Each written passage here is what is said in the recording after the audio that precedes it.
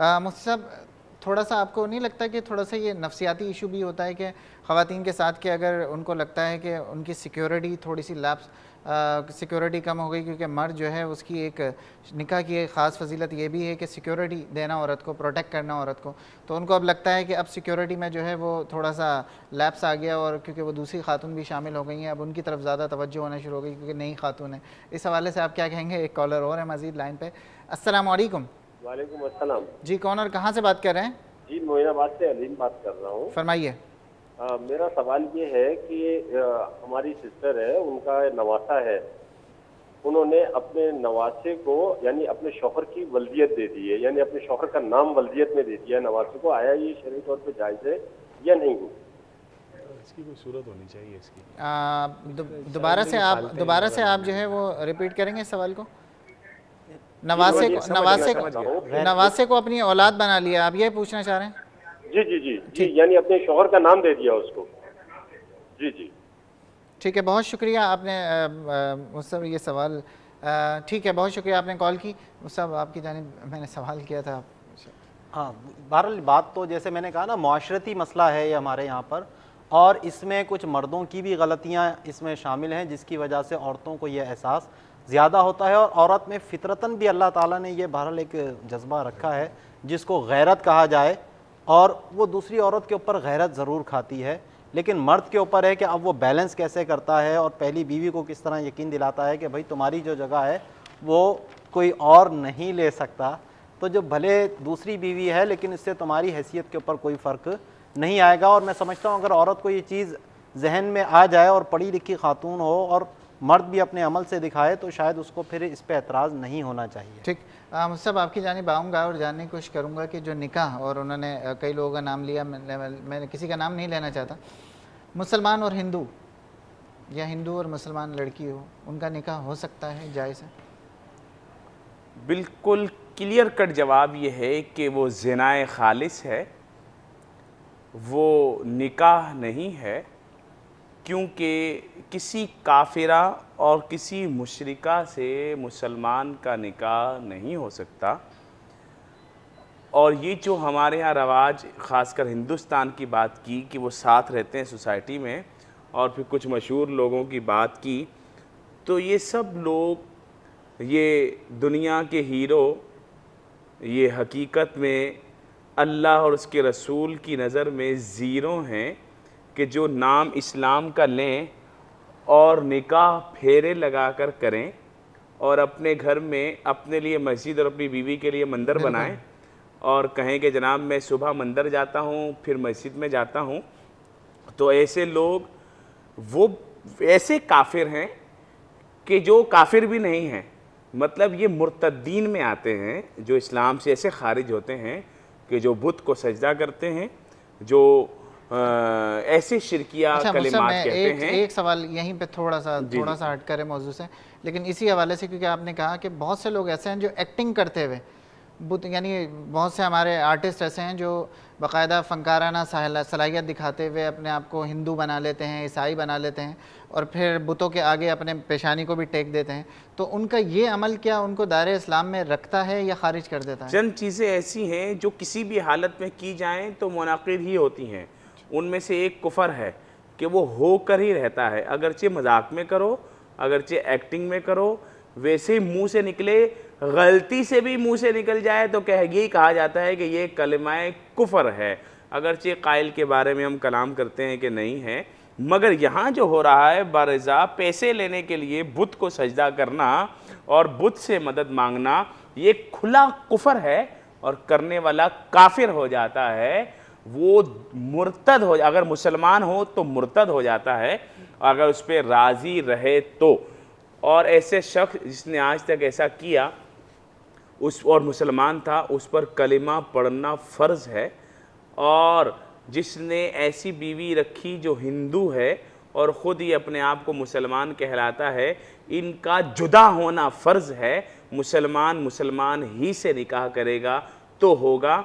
ये हुक्म कुरान का है, अगर मुसलमान कुरान को नहीं मानता तो वो मुसलमान ही नहीं है। ठीक, एक कॉलर है हमारे साथ लाइन पे। अस्सलाम वालेकुम। वालेकुम अस्सलाम, कौन और कहाँ से बात कर रही हैं? मैं आयशा बात कर रही हूँ लाहौर से। जी फरमाइए आयशा। मेरा सवाल ये है कि अगर कोई इंसान शादी करना चाहे मर्द और उसके वालिदैन राजी ना आ रहे हो तो क्या किया जा सके? मतलब दोनों बालिग हैं और वालिदैन बगैर किसी रीज़न के मना कर रहे हैं, तो क्या वो शादी कर सकते हैं या ये नाफरमानी के ही हो ज़िम्मे सकता है में आता पेरेंट्स के पास कोई रीज़न मौजूद हो। वो विदाउट एनी प्रूफ अगर कुछ ऐसी बात कर रहे हैं कि लड़की का किरदार नहीं अच्छा या ये, मतलब वो बहाने तो बहुत होते हैं। मैं जानना चाह रही हूँ अगर उनके पास कोई प्रूफ इस तरह का नहीं है तो क्या ये नाफरमानी में आएगा कि न शादी कर ली जाए? ठीक, बहुत शुक्रिया आपने हमें कॉल की।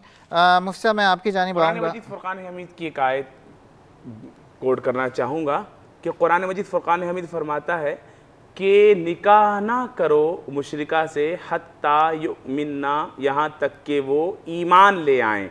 तो ये सरी आयत है इस बारे में कि ईमान लाने से पहले गैर मुस्लिम यानी हिंदू और दीगर मज़ाहिब जो भी हैं, अहले किताब के अलावा मजूसी, आतिश परस्त, सितारा परस्त जो लोग भी हैं, जो मुशरिक हैं, काफिर हैं, उनका निकाह नहीं हो सकता। और अहले किताब भी वो जो असल किताब के हों और असल दीन ईसा, असल दीन मूसा पर हों, वो इसके अलावा हैं। ठीक, मुफ्ती साहब मैं आपकी जानिब आऊँगा जो, क्योंकि क्रिश्चियनिटी के हवाले से एक कॉलर ने हमसे पूछा था कि अहले किताब के हवाले से हुक्म है, लेकिन आज ट्राइनिटी, 3 खुदाओं का मानने का तसव्वुर क्रिश्चियनिटी में मौजूद है और क्रिश्चियन उसको फॉलो करते हैं, तो अब क्या वो अहले किताब कहलाएंगे और उनसे निकाह करना क्या जायज़ है या नाजायज़ है? इसका आंसर हम लेंगे। एक कॉलर है हमारे साथ लाइन पे। अस्सलाम वालेकुम।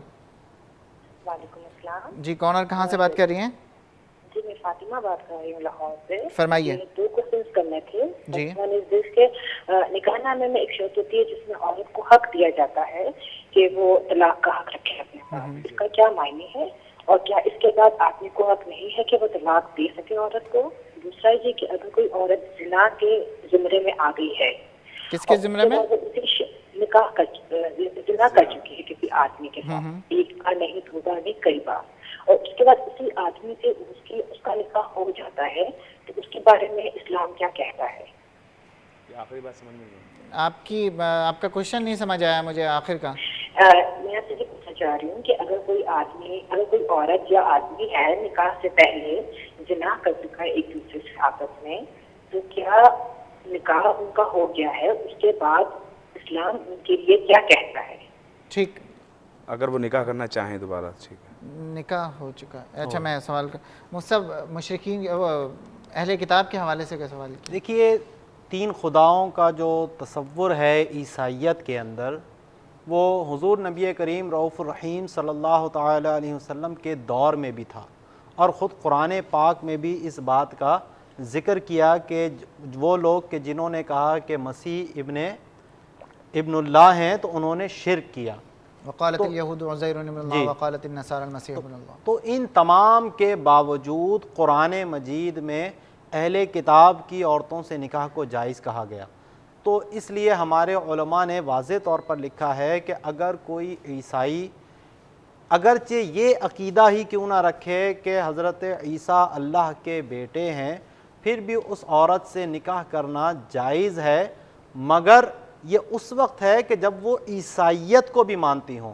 अगर आजकल के जैसे नाम निहाद ईसाई भी हैं कि जो अपने मज़हब से ही बेजार हैं, इनको दहरिया कहा जाता है कि सिर्फ़ क्रिसमस आया तो उन्होंने उसकी ईद के तौर पर खुशियाँ मना ली, इसके अलावा उनको ईसाइयत से कोई ताल्लुक़ नहीं, बल्कि हज़रत ईसा ही को मादअल्लाह वो बुरा भला कह रहे होते हैं, तो वो ईसाइयत से भी बिल्कुल खारिज हैं। तो इनसे तो निकाह नहीं हो सकता। और जो अहले किताब से भी निकाह की बात की गई वो उस वक्त है कि जब वो दारुल इस्लाम के अंदर रहते हों, किसी इस्लामी रियासत के अंदर रहते हों, जिनको ज़िम्मी कहा जाता है। तो ज़िम्मी औरत के साथ निकाह करना जायज़ है, लेकिन नापसंदीदा है, क्योंकि ज़ाहिर है उस औरत से जब औलाद होगी तो फिर वही औलाद अपनी माँ से ही जो मामलात सीखेगी, तो उसका फिर इस्लाम की तरफ आना जो है वो मुश्किल होता है। तो इसलिए जायज़ तो है लेकिन पसंदीदा नहीं है।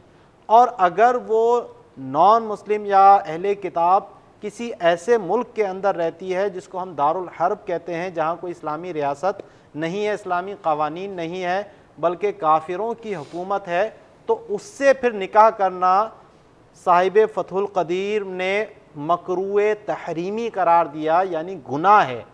वजह इसकी यह है कि वहाँ पर उनका गलबा है, और ये मामलात आज हमारे सामने बहुत आते हैं कि अमेरिका के अंदर या यूरोप के अंदर किसी ने अहले किताब औरत से निकाह कर लिया, और उसके बाद फिर जब औलाद हुई तो उस औरत ने अपने बच्चों को अपने ही मज़हब पे चलाने की कोशिश की, और यहाँ जो मर्द शौहर जो था वो मुसलमान था, वो अपने बच्चों को इस्लाम की तरफ लाने की कोशिश की, लेकिन वहाँ की रियासत ने औरत ही का साथ दिया, और वो बच्चे, कई केसेस ऐसे आए कि वो अपनी बच्चों को वापस पाकिस्तान भी लेकर आया।